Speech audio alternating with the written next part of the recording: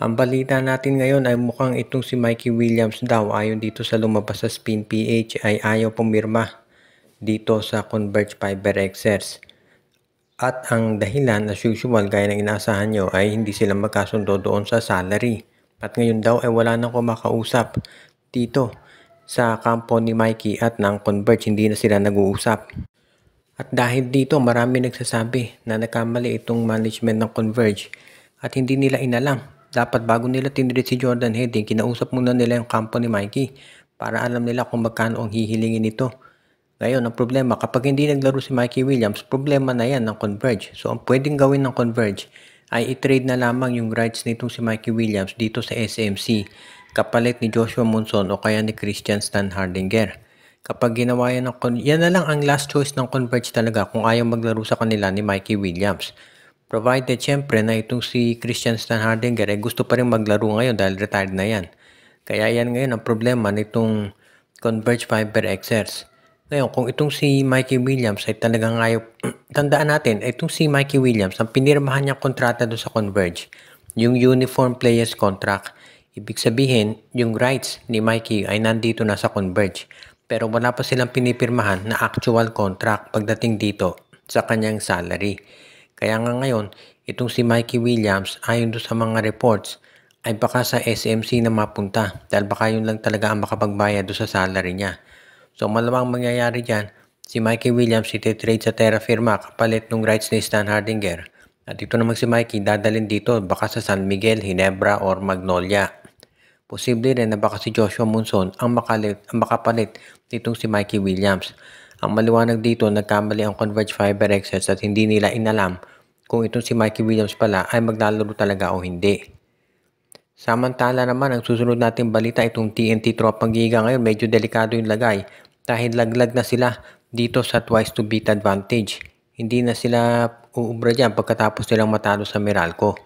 Pero ganun pa man, ayon dito sa mga reports na lumabas, ito raw TNT ay meron namang something to look forward to sa susunod na season at yan ay pagkuha dito sa 610 na si CJ Lane. Ayon dito sa mga reports na lumalabas, interesado raw ang TNT Tropang Giga na ma-acquire ang serbisyo nitong si CJ Lane sa pamamagitan ng draft. Gagamitin nila yung draft pick ng Blackwater Bossing para ma-acquire ang serbisyo ng nasabing player.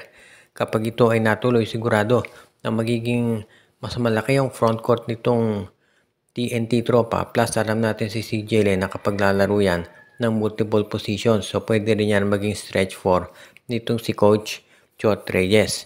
Kung mangyayari nga ito, malamang i-trade ng TNT yung ilan sa mga players nila para ma-acquire yung draft pick ng Blackwater. Tandaan natin, si CJ Lane ay hindi pa nagde-declare sa draft pero oras na mag-declare yan, asahan natin na gagawa na ng major moves itong TNT Tropang Giga para ma-acquire ang serbisyo nito. Kaya yan talaga ang balak ngayon itong Tropang Giga if ever talaga na matuloy ito. Pero syempre ngayon, si Coach Chotres nakafocus dito sa kampanya ng TNT. Dahil ibig sabihin, isang talo na lang ay out na sila dito sa playoff dahil natalo nga sila dito sa lineup ng Magnolia Chicken Templados kagabi. Must win yung talaga sa TNT pero dahil natalo sila, wala na silang twice to beat advantage. So kung sino man yung makalaban sa playoffs ng TNT ay merong twice to beat advantage yung na TNT wala. So yan ngayon ang medyo problema nitong katropa. At alam nga natin na bukod naman dito, meron silang at least CJ Lane na aabangan dito sa susunod na season para sa PBA. At ang susunod naman nating balita ay tungkol dito sa San Miguel Beermen. Ayon dun sa mga insider sa kampo ng SMB, ready na sila na mag-offer dito kay Mikey Williams ng kontrata kung sakasakali na hindi talaga sila magkasundo ng Fiber Xers. Katulad ng naibalita natin, ito si Mikey Williams daw ang hinihiling. Ayon dito sa report ng Spin PH ay around $30,000 a month. Pero ito namang kampo ni Mikey ang sinabi, hindi naman daw ganun kataas yung hinihiling nila. So maliwanag dito, nagkaroon ng communications breakdown itong kampo ni Mikey Williams, pati na itong Converge Fiber Xers. At dahil dito, marami nga na nagsasabi kung ano ba talaga ang gagawin nitong Converge Fiber Xers dito kay Mikey. Well, dyan, pumapasok sa eksena itong San Miguel Beer dahil ready na raw sila nakausapin yung kampo ni Mikey Williams para naman makuha yung sinasabi natin na oportunidad na makuha ang nasabing player. Depende na lamang yan syempre kung ano mapagkasusunduan nila. Pero sa tingin ko kung salary naman yung pag-uusapan dito, kaya naman ng SMB na tapatan kung ano man yung i-offer nitong si Mikey Williams. Ibig sabihin, kung ang gusto ni Mikey ay ganito, ganyan, sigurado kaya niyang ibigay ng SMB. At ang San Miguel ngayon naghahanap ng mga scorers. So po pwede.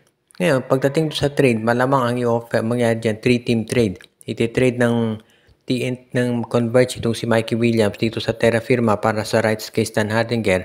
At ito naman si Mikey Williams, kapag napunta sa Terra Firma, diretso naman yan dito sa San Miguel kapalit ng mga bench players nila o kaya ni Jeron Teng. Kaya malamang ganyan ang mangyari dito. Kung sakasakali nga, medyo sinayang ng Converge yung oportunidad dito. Dahil pwede sana si Bearfield ang nakuha nila kaysa dito kay Mikey. At sa ngayon naman, tignan natin kung ano magagawa ng SMB para makakuha si Williams. At hindi lang syempre San Miguel ang pwedeng puntahan ni Mikey Williams. Alam natin na pwede rin itong mapunta dito sa Barangay Ginebra. Ngayon, itong Barangay Ginebra naghahanap daw ng panibagong mga players na maidadagdag dito sa kanilang rotation. At ito nga si Mikey Williams ang isa dyan. Pero syempre, ayon doon sa mga reports, iba pa raw ang priority ng Ginebra ngayon. Bukod dito sa pagkuha kay Mikey ay talagang big man ang hinahanap nila. At yan ngayon ang pwedeng makuha ng Barangay Ginebra kung sakasakali. For example, pwedeng ibigay ng Barangay Ginebra itong si Ben Adamos at si Isaac Go dito sa Raynor Shine Elasto Painters kapalit ito si Kit Datu at Kaylan Tiongson. Isa yan doon sa mga trades na ine-explore ngayon ng Barangay Ginebra na pwede nilang gawin para naman mas maging sabihin na natin na ready sila dito sa posibleng playoffs dahil pagdating sa playoffs alam natin medyo mabigat yung makakarap ng Ginebra regardless kung sino mang team yan. If ever magkatuloy-tuloy nga yung ganitong laban, asahan natin na magiging maganda ang resulta nito para sa Ginebra kung makukuha nga nila itong si Tiongson at si Datu. Ngayon, alam natin si Kit Datu isa sa pinaka-importanting player ni Coach Cheng Gian, so baka hindi siya kaagad-agad na pumayag na matrade yan. Kung sakasakali nga na ito si Datu ay hindi ibigay ni Coach Cheng, nandiyan naman yung ibang mga options na pwede niyang makuha. Katulad for example, baka si Kaylan Tiongson at si Adrian Noko mang ibigay nitong si Coach Cheng Giao. Dito natin makikita talaga na maraming pwedeng magawa itong si Coach Cheng para dito sa kanyang lineup. At kung ikaw naman ang Barangay Ginebra, siyempre kinakailangan consider mo rin na independent team yan. So hindi yan basta-basta papayag dito sa ganyang klaseng mga trades. At alam din natin na itong si Coach Cheng Giao naman ay siya yung tipo ng player na coach na papayag naman basta fair ang i-offer ng Barangay Ginebra. So yan yung pwedeng gawin ngayon ng Gene Kings kung sakasakali nakakailanganin talaga nila yan. Shoutout kay Anthony Alon, kay RG Bueno at Dalina family, kay Malyari Mascareñas, kay Katsakino Dukusin, Dalmacio de Guzman. Pinabati din natin si Ireneo Salangsang, Joshua Giray, Rosales at Espejo family, pati na rin si Dexter Domer, si Ireneo Salangsang, si Enju at lahat ng ating mga viewer.